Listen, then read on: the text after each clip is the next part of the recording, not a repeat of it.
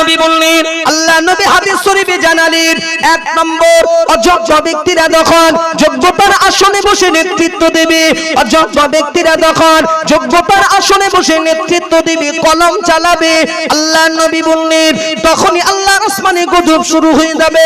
নম্বর 2, দেশের মোড়ল মাতব্বরীরা যখন মসজিদ মাদ্রাসা তথা গরিব মানুষদের টাকা পয়সা যখন লুট করে খাবে, আত্মসাৎ করে খাবে, তারা নবী বললেন তখনই আল্লাহর আসমানে গজব শুরু হয়ে যাবে।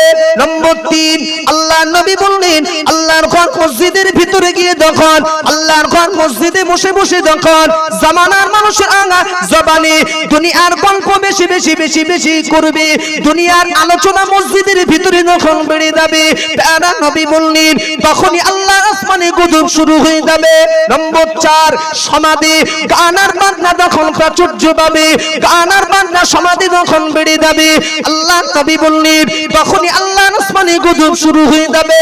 নম্বর 5, ধনী ব্যক্তিরা যখন যাকাত দেওয়াটাকে নিজেদের জন্য যখন জুলুম অত্যাচার বলে মনে করবে, ধনী ব্যক্তিরা যখন যাকাত দেওয়াটাকে নিজেদের জন্য যখন জুলুম বোঝা বলে মনে করবে, আল্লাহ নবী বললেন তখনই আল্লাহ আসমানে গজব শুরু হবে।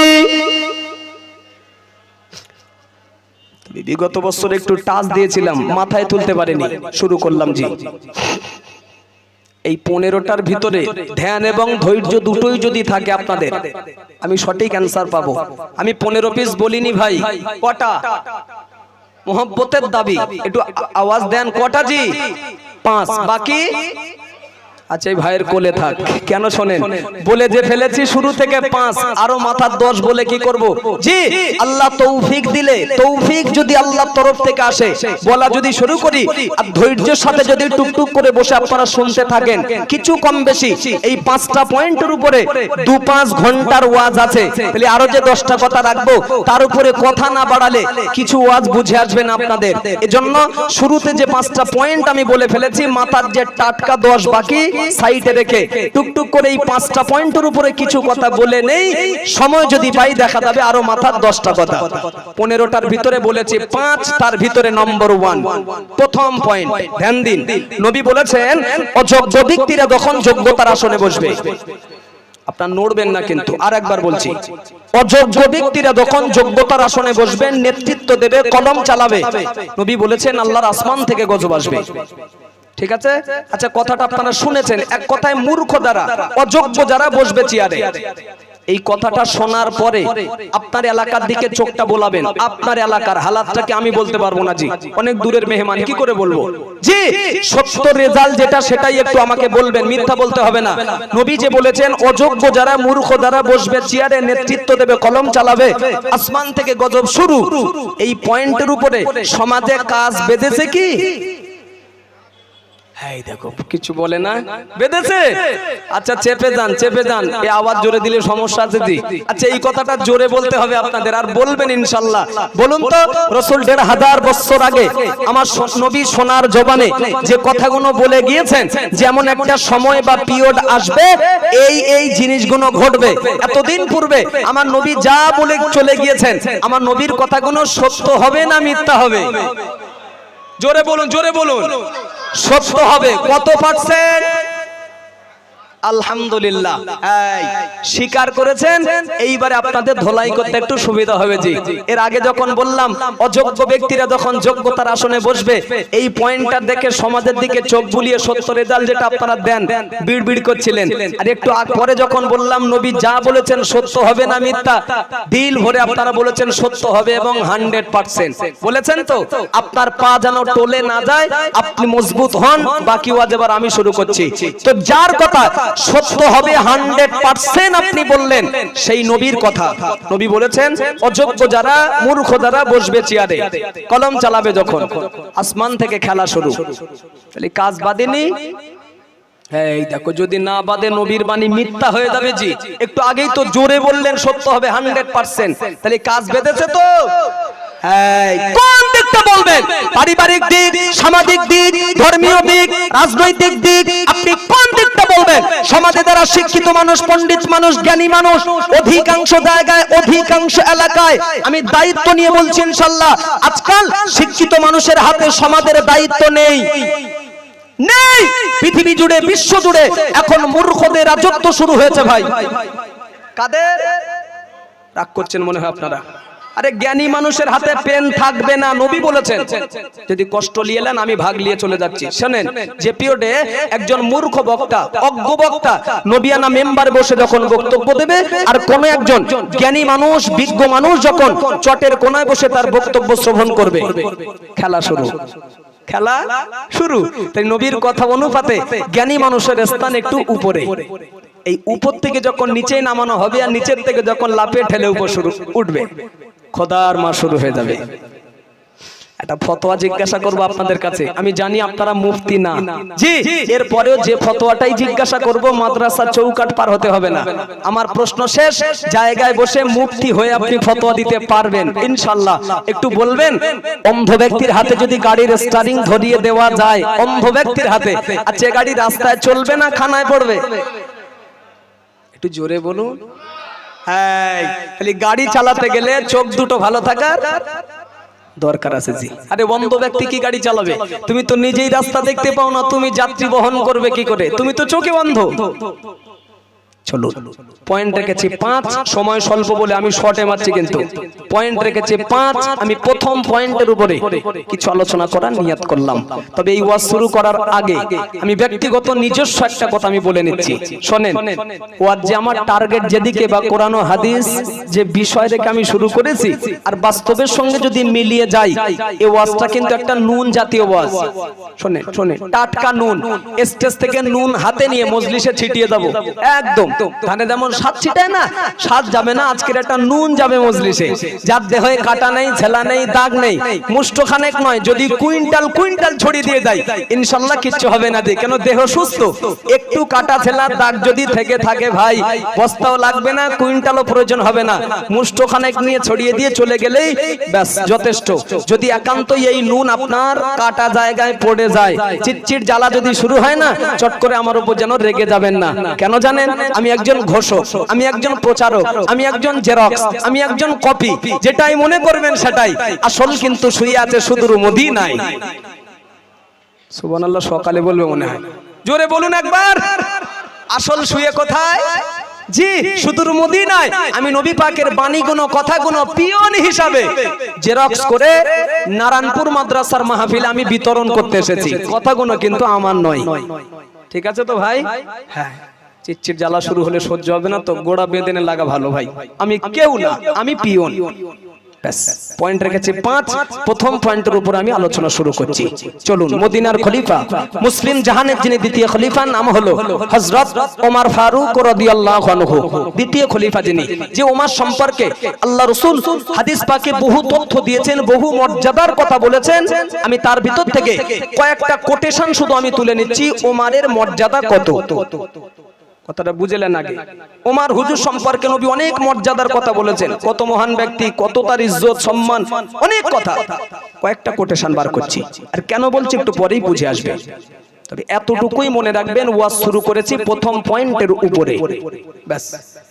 আর আপনি দুটো কথা মনে রাখবেন, আপনি ওয়াজ করেছেন, নবী যা বলেছেন সত্য হবে 100%। 2, আপনি ফতোয়া দিয়েছেন অন্ধ ব্যক্তির হাতে গাড়ির স্টারিং দিলে এই গাড়ি রাস্তায় চলবে না, খালে পড়বে। এই দুটো কথা আপনি মনে রাখবেন।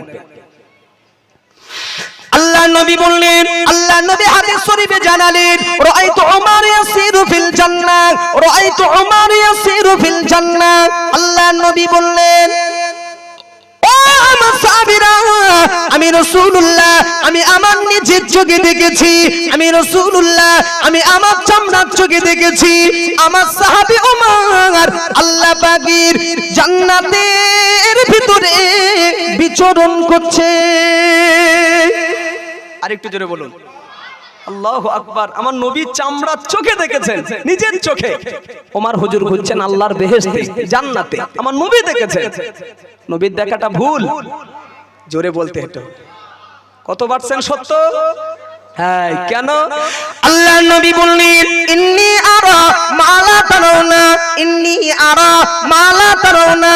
আল্লাহ নবী বললেন, ও আমার সাহাবীরা, আমি রাসূলুল্লাহ, আমার দেখা আর তোমাদের দেখা যেন সমান মনে করবে না। ও সাহাবীরা, আমার দেখা আর তোমাদের দেখা যেন বরাবর মনে করবে না। ও সাহাবীরা, আমি রাসূল ডাইনে যতটা দেখতে পাই, আমি নবী বামেও ততটা দেখতে পাই, আমি নবী পিছনে যতটা দেখতে পাই, আমি নবী সামনেও ততটা দেখতে পাই, আমি নবী নিচে যতটা দেখতে পাই, আমি নবী উপরেও ততটা দেখতে পাই। নারে তাকবীর। ব্যাস, আমি বলেছিলাম ওমর সম্পর্কে নবী অনেক কথা বলেছেন, ওমরের মর্যাদা কত, আমি কয়েকটা কোটেশন বার করছি, ঠিক আছে? একদিন আল্লাহ নবীর বিবি আমাদের আম্মা জান, আমাদেরকে দেখুন, আল্লাহ নবীর বিবি আমাদের আম্মা জান হযরত আয়েশা সিদ্দিকা রাদিয়াল্লাহু আনহা, আম্মা জান আয়েশা একদিন বসে আছে হুজরা মোবারকে নিজের ঘরে। আপনাদের কোনো সমস্যা হচ্ছে কি? রাগ করবে না, কোনো সমস্যা কিছু? আচ্ছা, একটু মানিয়ে নেন, কোরআন হাদিসের বাণী। আল্লাহ নবী দিনের দাওয়াত দিয়ে বাড়িতে ফিরেছেন, আমাদেরকে দেখুন ক্লান্ত শরীর, তো বাড়ি ফিরে দেখছে আম্মা জান আয়েশা বসে আছে হুজরা মোবারকে নিজের ঘরে। আমার নবী বিবি আয়েশার উরুর উপরে, কোলের উপরে মাথা মোবারকটা রেখে আমার নবী পাক একটু আরাম করছেন, বিশ্রাম করছেন। ঠিক ঠিক ওই হালাতে আম্মা জান আয়েশা মাথাটা উঁচু করেছেন আল্লাহর আসমানের দিকে। আমাদেরকে দেখুন, বুঝে আসবে, স্বামীর মাথা বিবির কোলে, বিবি আয়েশা মাথা উঁচু করেছে আল্লাহর আকাশের দিকে, ঘরে বসে আছে কিন্তু আয়েশা মাথাটা আকাশের দিকে উঁচু করেই দেখছে আল্লাহর আসমানে অগণিত তারা দেখা যাচ্ছে চোখে। চট করে বলুন তাহলে ঘরের উপরের অংশটা কি? বাহ, বুঝছে কিছু, জীর্ণ ভাঙা, কিচ্ছু নেই। শর্টে বলছি, মাথাটা হেড করলেন, আমার নবীকে লক্ষ্য করে বললেন, ইয়া রাসূলুল্লাহ, আমি আপনার বিবি আয়েশা। ঠিক এই মুহূর্তে আমার ভিতরে একটি প্রশ্ন উদয় হয়েছে, হুজুর বলবো? কি প্রশ্ন আয়েশা? হুজুর, আমার জিজ্ঞাসা জানার ইচ্ছা হচ্ছে, আল্লাহর আসমানে যত পরিমাণ তারা, যত পরিমাণ নক্ষত্র আমি আয়েশা দেখতে পাচ্ছি, এত পরিমাণ নেকি, এত পরিমাণ সওয়াব পৃথিবীতে আল্লাহ কারণ নামায় আমলে বা কারণ নসিবে আল্লাহ কি দান করেছেন? কথা বুঝে আসছে? এক কথা, আকাশে যা তারা দেখলাম, এত পরিমাণ নেকির মালিক পৃথিবীতে কেউ কি আছে? আমি আয়েশা জানার ইচ্ছা হচ্ছে। যত মানুষ এখানে আছেন, যত মানুষ, আল্লাহ যদি আপনাদের হায়াত দিয়ে থাকে 10,000 বছর, ধরলাম আকাশে কটা তারা নক্ষত্র আছে গুণে শেষ করতে পারবেন? আল্লাহ নবী বললেন, বিবি আয়েশা, ও বিবি আয়েশা, আল্লাহর আসমানে যত পরিমাণ তারা তুমি দেখতে পাও, আল্লাহর আসমানে যত পরিমাণ নক্ষত্র তুমি দেখতে পাও, এত পরিমাণ নেকি, এত পরিমাণ সওয়াব, এত পরিমাণ জাযা পৃথিবীতে আল্লাহ পাক যদি কারণ নামায় আমলে দান করে থাকে, উনি অন্য কেউ নয়, মুসলিম জানের যিনি দ্বিতীয় খলিফা, নাম হলো হযরত ওমর ফারুক, আল্লাহ দিয়েছে। আমি বলেছিলাম, বারবার বলছি, ওমর সম্পর্কে নবী অনেক কথা বলেছেন, কয়েকটা কোটেশন বার করছি। ওমর কি, কত তার মর্যাদা, চট করে জায়গায় বসে একটু ভেবে নেন, আপনি নিজে কটা নেকির মালিক। বিবেক নামক আদালতে আমিও প্রশ্ন ছুড়ে দিলাম, আমি নিজেও কটা নেকির মালিক। তাতেই তো আমাদের হালাত এই। ও ভাই, এ বলে আমি বড়, তো বলে আমি বড়, গুতুগুতি করে মুসলমান খায় হয়ে গেল। কি আছে আপনার জীবনে বলুন? আছে বা কি আমার জীবনে? এত গরম কিসের? যে ওমর সম্পর্কে আল্লাহ নবী হাদিস পাকে বললেন, লাউ কানা বাদি নবিয়্যুন কানা ওমর, লাউ কানা বাদি নবিয়্যুন কানা ওমর। আল্লাহ নবী বললেন, ও আমার সাহাবীরা, আমি রাসূলুল্লাহ, আমি আমার ইন্তেকালের পরে, আমি রাসূলুল্লাহ, আমি আমার বিদায়ের পরে, আমার যদি পৃথিবীর জমিনে আমার পরে কেউ যদি নতুন নবী হিসাবে আসতো, অন্য কোন ব্যক্তি নবী হিসাবে আসতো না, আমি রাসূলুল্লাহ নাম বলে যাচ্ছি, মুসলিম জানের যিনি দ্বিতীয় খলিফা, নাম হলো হযরত ওমর ফারুক, আল্লাহ নবী বানাতো। আর একটু জোরে হবে না? আর একটু মোহাম্মতে হয় না? ব্যাস, কিন্তু হবে, বোঝাচ্ছে কিছু একটা আপনাকে, হবে এই শেষ কথা না, আমার নবী তো শেষ। নবুয়তের দরওয়াজায় আল্লাহ তালা লাগিয়ে দিয়েছেন, চাবি মেরে দিয়েছেন। আমার নবী শেষ নবী, নবীর পরে নবী আর আসবে না, হবে না, শেষ কথা।